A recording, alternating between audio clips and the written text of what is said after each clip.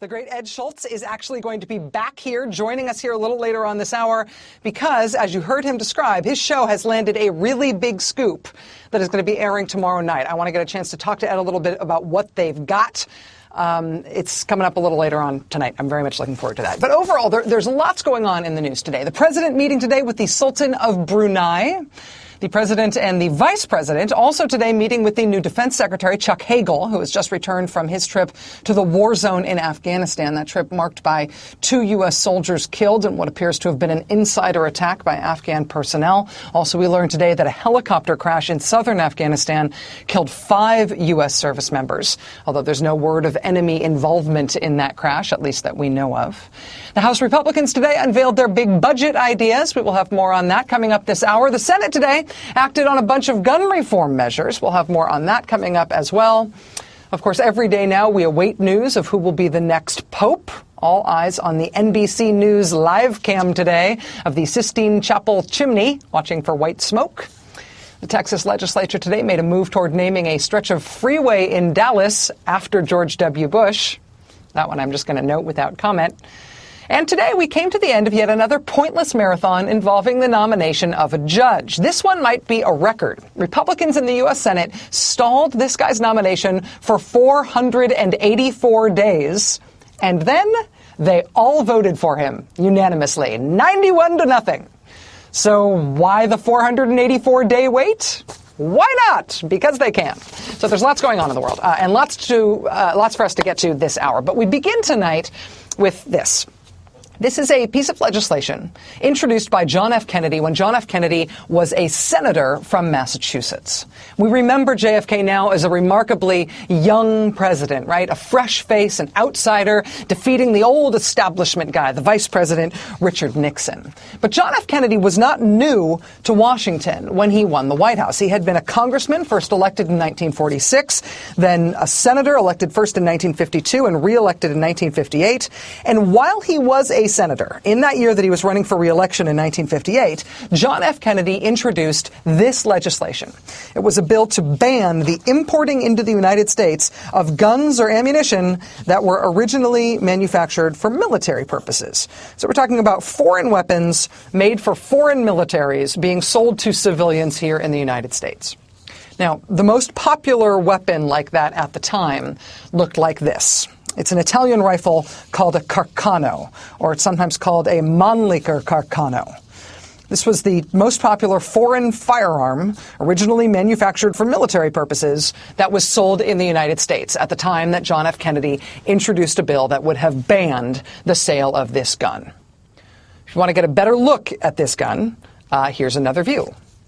The man holding the rifle in this photo is Lee Harvey Oswald, who went on, of course, to kill John F. Kennedy with that gun in 1963. Mr. Oswald bought that gun by mail legally using a coupon that he clipped out of the American Rifleman magazine, which is the magazine of the NRA.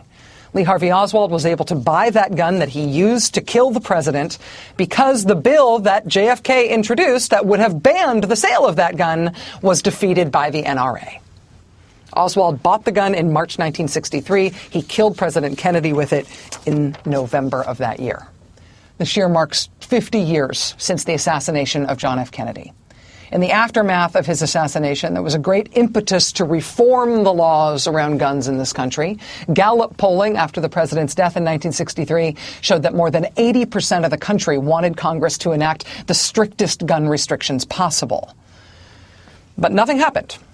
The new president, LBJ, tried mightily to get gun reform passed in the wake of the JFK assassination, but they were not able to get anything through Congress. Even after the assassination of the president by a gun that was bought legally by his assassin that would not have been legal to buy under that president's own gun control proposal, that apparently was not enough. It was not until the president's brother was also assassinated, and Martin Luther King Jr. was also assassinated in 1968, that anything did finally get done at the federal level. And even then, it was just barely, which LBJ announced bitterly upon passage of the bill that he did finally get through. Guns are to be kept out of the hands of the criminal, and out of the hands of the insane, and out of the hands of the irresponsible, then we just must have licensing. If the criminal with a gun is to be tracked down quickly, then we must have registration in this country. The voices that blocked these safeguards were not the voices of an aroused nation.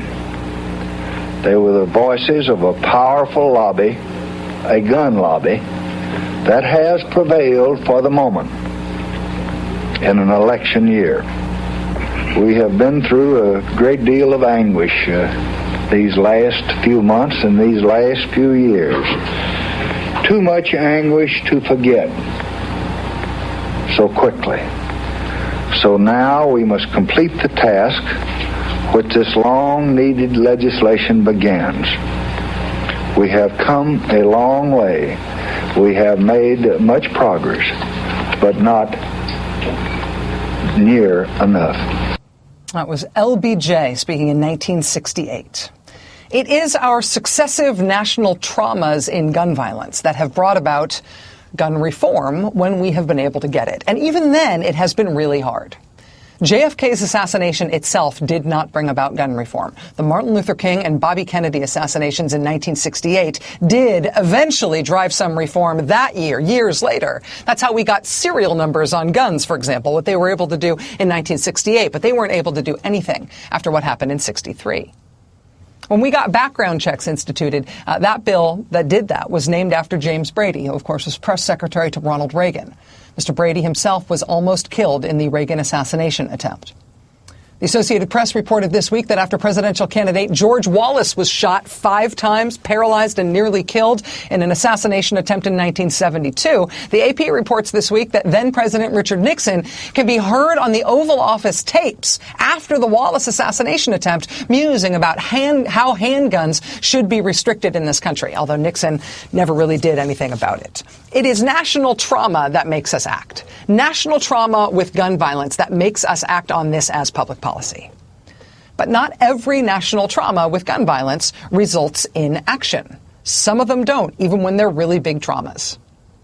The trauma that's most fresh in our mind right now is, of course, Newtown, the massacre of school children in Connecticut in December. The effort to make sure that this is one of the tragedies that we do respond to, that it does result in some concrete change. That effort is unrelenting, from the White House on down. The tragedy that occurred at Sandy Hook Elementary School has had a profound impact on the psyche of the American people. There have been other mass murders, tragic events at Virginia Tech and Columbine, Aurora, at the Sikh Temple. But this, in my career, this one senseless act at Sandy Hook, this slaughter, senseless slaughter of 20, 6 and 7-year-olds, children, babies, 6 brave school staff, and it's not hyperbole, that's brave school staff who actually tried to protect these kids, all dead. A senseless act that has not only shocked the American conscience, but has, I think, changed and galvanized the attitude of the American people, demanding some concrete action. We can't remain silent.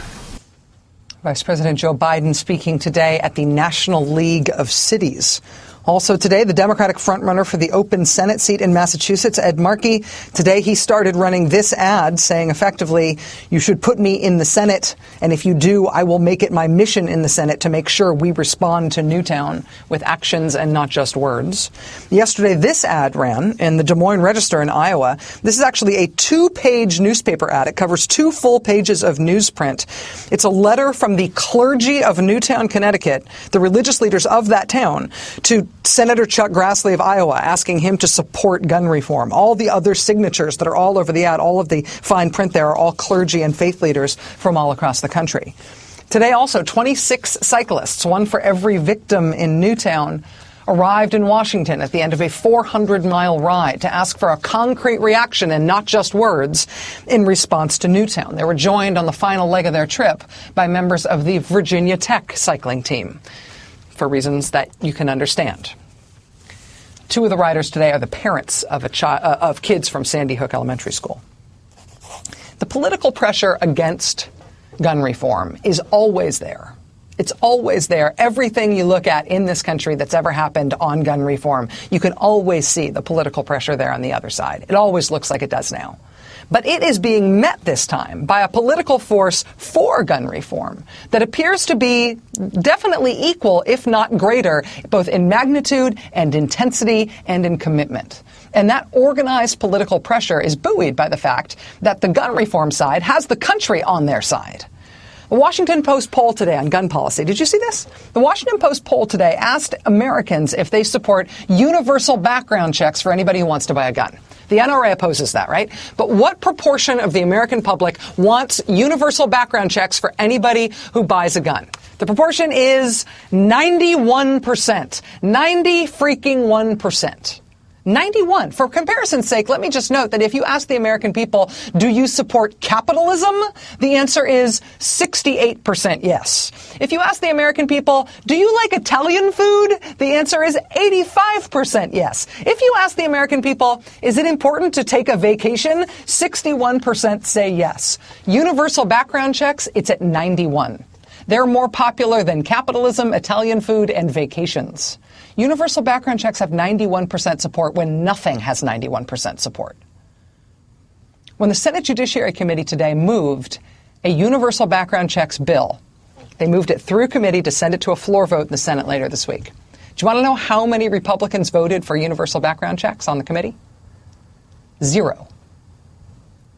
The vote was 10-8. All the Democrats voted in favor, all the Republicans voted against. All the Republicans voted against something with 91% support among the public.